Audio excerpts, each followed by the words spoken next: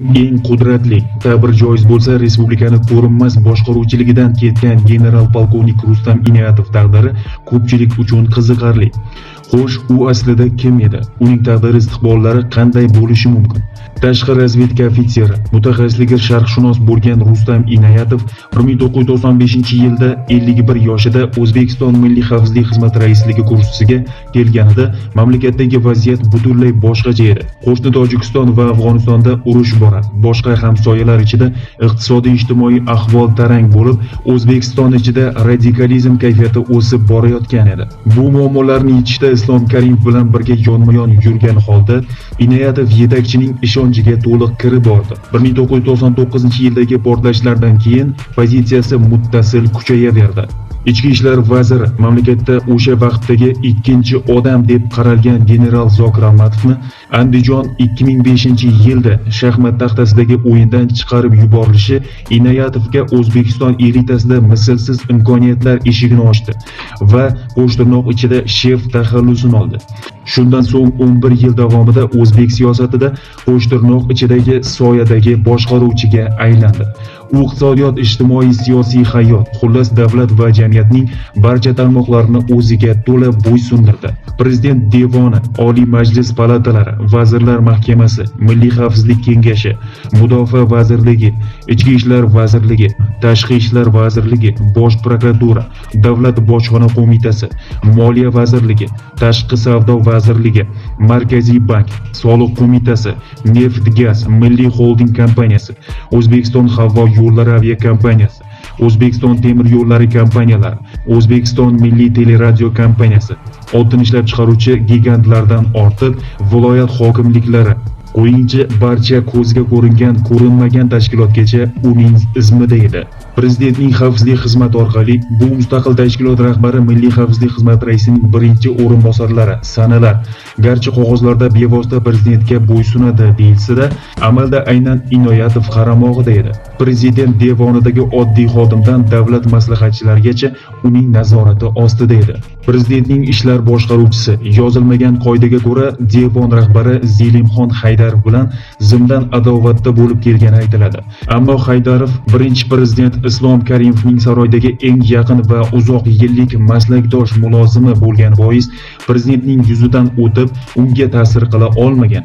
Ammo oxirgi yillarda bir necha o'rinbosarlarni yaqinda bojxona qo'mitasidan ishdan ketgan. Lekin o'sha paytda prezidentning xavfsizlik xizmati rahbari bo'lgan Muhitjon Tohirov orqali qamashga uringan edi. Faqat Vazirlar Mahkamasini bosh vazir Shavkat Mirziyoyev mustaqil idora qilishga urinar, biroq xavfsizlikning qudrati oldida u ham tiyilishga, Inoyatov bilan munosabatlarni buzmaslikka majbur edi. Prezident yaqinda Oliy Majlisga murojaati chog'ida bu bosh ne murakkabliklarga, sinovlarga guvoh bo'lmadi. Vaqt kelsa ularning hammasini birma-bir aytib beraman deganida, ayrim ekspertlar aynan Inoyatov bilan bo'lgan ziddiyatli vaziyatni nazarda tutganini taxmin qilishadi. Shu tariqa prezident devonidan tortib eng quyidagi tuman hokimigacha xavfsizlik idorasiga so'zsiz bo'ysuntirar, uning oldida hisobdor edi. Inoyatov davrida Milliy xavfsizlik xizmatining ayrim oyog'i yerdan uzilgan vallomatlari, hatto gapini ikki qilgani uchun, mashinasini quvib o'tgani yoki qo'ng'iroqqa javob qaytarmagani kabi arzimas sabablar tufayli ham har qanday amaldorlarni belini sindirish bilan tanilgandi. Har qanday muhim axborot faqat Inoyatov viza qo'ygachgina Islom Karimovga kiritilar. Bu ma'lumot esa istalgan odamning boshini yeb ketishi mumkin edi va shunday bo'ldi ham. Muttaham bo'lmagan respublikaning birorta viloyat hokimi qolmadi. Mirziyoyev hukumat rahbari sifatida ularning yonini olib qilgan ayrim harakatlari esa Milliy xavfsizlik xizmati rahbari tomonidan kuchli bosimga uchradi. O'zbekistondagi barcha katta-kichik darajadagi rahbarlar ustidan salbiy ma'lumotlar bazasi izchil shakllantirib borildi. Rustam Inoyatov uning mavjudligi Islom Karimov hokimiyatni saqlab qolishining yagona ishonchli kafolati ekanligini rahnamoning qulog'iga quyib keldi va bunga ishontira oldi. Shu sababli bosh prokuror Rashid Qodirov boshchiligida prezidentning katta qizi Gulnora Karimovaga qarshi barcha dalillar to'plab otaga taqdim etganida Islom Karimov jigarbandining yonini olish uchun hech qanday imkoniyat qolmagan edi. Vaholanki, xavfsizlik xizmatining eng birinchi vazifasi birinchi rahbarga va uning oilasiga qarshi kompromat yig'ish emas, aksincha unga yo'l qo'ymaslik choralarini barcha vositalar bilan ko'rish ekanligini bilishmasmidi? Katta qiziga sud hukmini ravo ko'rgan Islom Karimovning ich-ichidan Rustam Inoyatovdan hafsalasi pir bo'lgani, aniqrog'i ranjigani aniq edi. Gap bu o'rinda qizning xulqi, uning jinoyat sodir etgani yoki etmaganligi haqida emas, balki bir jamoada bo'la turib prezidentning farzandiga qarshi unga qarshi yillar davomida materiallar yig'ib borilganligida bo'ldi. Karimov bunday noxush voqealardan keyin sadoqatli shogirdi Shavkat Mirziyoyevni doimiy ravishda Oqsaroyga chaqirib, soatlab muzokaralar o'tkazib borgani, uning o'y-fikrlari bilan qiziqqani keyin jamoatchilikdan ortiq yashiradigan sir emas. Shundan keyin bosh prokuror Qodirov janoblari o'rnini tezlik bilan Shavkat Mirziyoyevga xayrixoh Ixtiyor Abdullayev egalladi. Rustam Inoyatov sa'y-harakatlari bilan oxirgi yillarda xavfsizlik tuzilmasi shtati va vakolatlari shu qadar kengayib va boshqarilmaydigan idoraga aylanib qoldiki, hatto raisning o'rinbosarlari bir-biri bilan yovlashadi. Tuzilma ich-ichidan guruhlarga bo'linib ketdi. Razvedka, kontrrazvedka, terrorizm bilan kurashish bosh vazifasi bo'lgan obro'li tashkilotning nufuzi pasayib bordi. Shavkat Mirziyoyev hokimiyatga kelgach, dastlabki yilda arqonni juda uzun tashlab qo'ydi. Pozitsiyasini mustahkamlab olgunga qadar o'ta vazminlik bilan xavfsizlik xizmati rahbari va idora haqida lom-lum demadi. Vaqti yetganida bir hamla bilan barchasiga yakun yasadi. Inoyatovning oltin davri tugadi. Bunga shubha qilmasa ham bo'ladi. Endilikda esa tuzumda ro'y berayotgan islohotlardan va yangi rahbariyatga qo'yilgan vazifalardan barchaning xabari bor.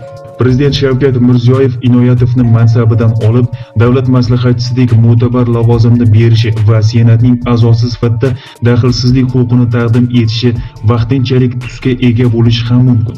Avvalo, yetakchining jamoasi g'ayratli va shijoatli yoshlar bilan to'lgan. Ular orasida Inoyatovga uzoq muddatga joy topilarmikan? Boz ustiga ko'plab prezident qaror va farmonlari ijrosi o'zi mutasaddi bo'lgan Inoyatovga topshirilmay, uning o'rinbosarlariga yuklatilayotganida ham qandaydir ramziy ma'no borday tuyuladi. Amaldagi rahbar 13 yillik bosh vazirligi davomida Karimov atrofida yurib, unga haqiqiy sadoqat kamarini bog'lagan kim uning ishonchidan o'zining hokimiyatini mustahkamlash va foyda topish uchun foydalanganini 9 pulday yaxshi biladi. Hozir Rustam Inoyatov amalda har tomondan shatakka olingan va ortiqcha harakat qilishi qanday oqibatlarga olib kelishini ham yaxshi tushunadi. Bosh prokuratura eng yaqin shogirdi Rashid Qodirovni, Toshkent shahri prokurorining sobiq o'rinbosari Mirag'lam Mirzayevni, Milliy xavfsizlik xizmatining bir necha yuqori martabali sobiq mulozimlarini tergov qilmoqda. Ular safi dastlabki ko'rsatmalardan keyin kengayib bormoqda. Rustam Inoyatov davlat maslahatchisi sifatida allaqachon prezident xavfsizlik xizmati tomonidan Mirziyoyevga shaxsan bo'ysuntirilgan. Shu bilan birga azaliy siyosiy raqibi Devonning ishlar boshqaruvchisi Zelimxon Haydarovning qat'iy nazoratida bo'lib turibdi. Apparatdan tashqarida esa Ichki ishlar vazirligi, Davlat xavfsizlik xizmati, Milliy gvardiya, chegaralarda bojxona xizmati va chegara qo'shinlari kuchlarining umumiy kontrolida qoladi.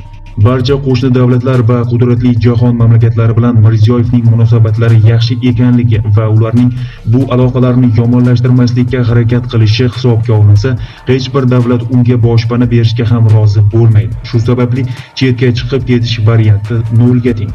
Rustam Inoyatovni jamoatchilik so'nggi bora Oliy Majlis Senatining yalpi yig'ilishida ko'rishgan. Hozirda prezidentning siyosiy huquqiy masalalar bo'yicha davlat maslahatchisi sanalgan Rustam Inoyatovning ishga chiqayotganini esa hech kim tasdiqlamayapti. Boz ustiga bu xizmat kutilmaganda qayta isloh qilinib, butunlay yangi nom olmoqda va faoliyati ham o'zgarmoqda. Hozirda ushbu vazifasi ham norasmiy tarzda prezidentning huquq bo'yicha eng yaqin odami, bosh prokuror Otabek Murodov bajarib kelinayotgani taxmin qilinyapti. Shu ma'noda daxlsizlik huquqi umrbod kafolatlanmagan. Nima bo'lganda ham oxirgi so'zni Shavkat Mirziyoyevning o'zi aytadi. Konstitutsiyaviy vakolatlardan foydalanib, Inoyatovni kechirishi yoki kechirmasligi mumkin. Ammo davlat rahbarining xalqparvarligi va adolat uchun shahdi shiddatidan kelib chiqilsa, u xalqning manfaatlarini alohida shaxslarning manfaatidan ustun qo'yishi aniq. Inoyatovning Milliy xavfsizlik xizmatidan ketishi nimani anglatadi? O'zbekiston Milliy xavfsizlik xizmati raisi Rustam Inoyatovning ishdan olinishi davlat ichidagi davlatning qulashiga qiyoslanmoqda. Bu iste'fo O'zbekistonda Karimov davridan beri davom etib kelayotgan repressiyalar yakunlanishiga umidni kuchaytirgan. 23 yil davomida qudratli Milliy xavfsizlik xizmati idorasini boshqarib kelgan general-polkovnik Inoyatov mamlakatda chegarasiz vakolatlarga ega bo'lgan shaxslardan biri edi. O'zbek muxolifati yetakchisi Muhammad Solih o'zgarishlar arafasida turgan Milliy xavfsizlik xizmatining yangi rahbari o'z faoliyatini xalqqa ochiq bayonot bilan chiqishdan boshlashi kerak deb hisoblaydi.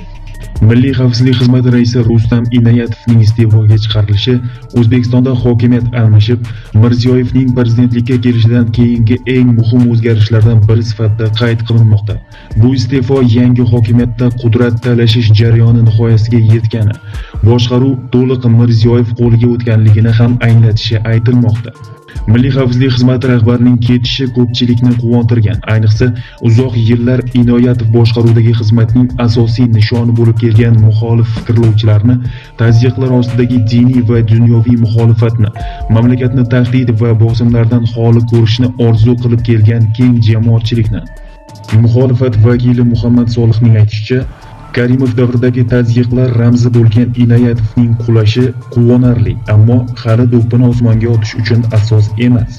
Bu iste'fo Karimov davridan qolayotgan eng katta sarqitning ishdan ketganligini anglatadi.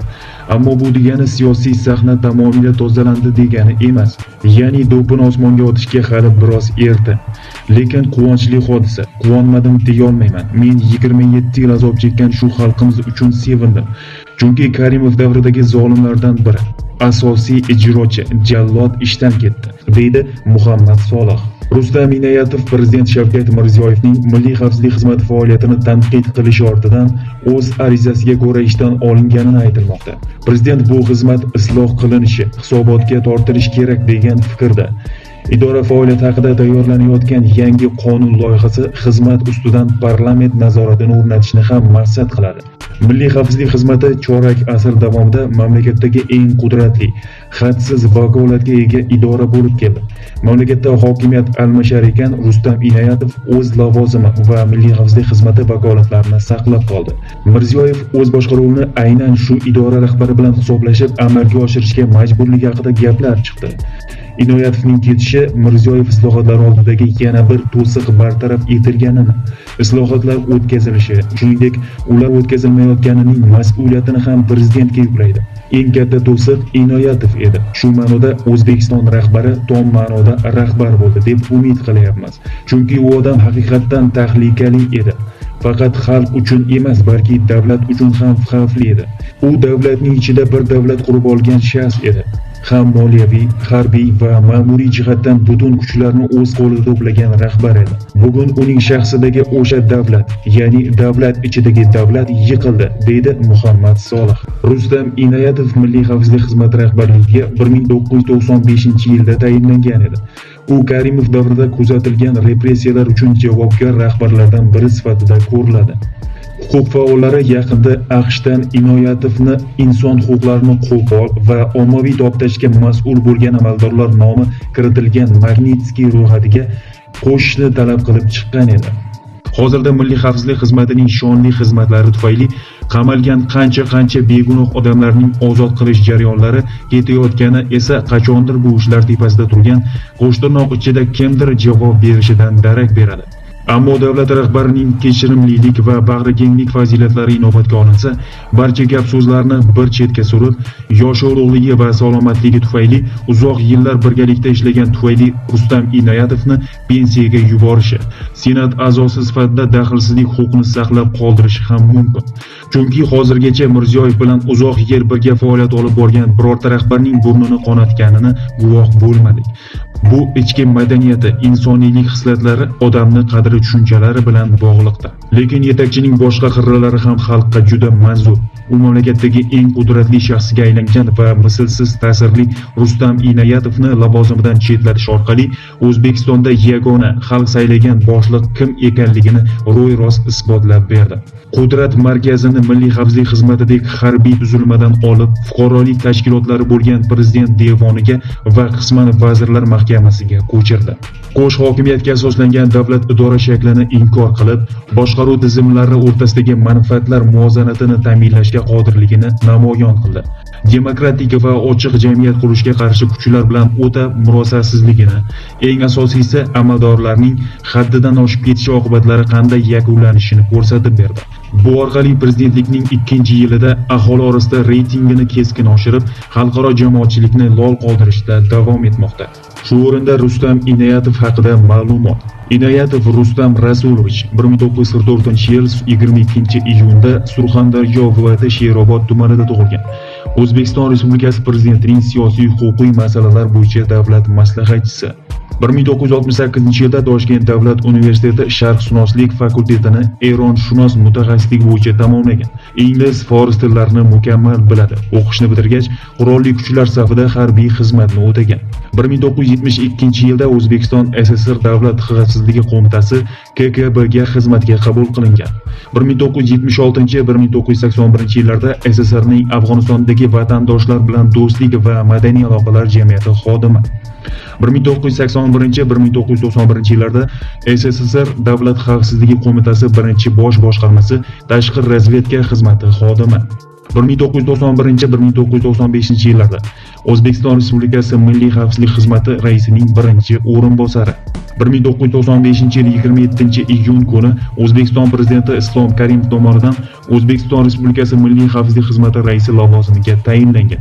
2018-yil 31-yanvardan O'zbekiston Respublikasi Prezidentining siyosiy huquqiy masalalar bo'yicha davlat maslahatchisi, O'zbekiston Respublikasi Oliy Majlisi Senatining Qonunchilik va sud huquq masalalari qo'mitasi a'zosi. 1992-yilda general-mayor, 1996-yilda general-leytenant, 1999-yilda esa general-polkovnik oliy harbiy unvoni berilgan.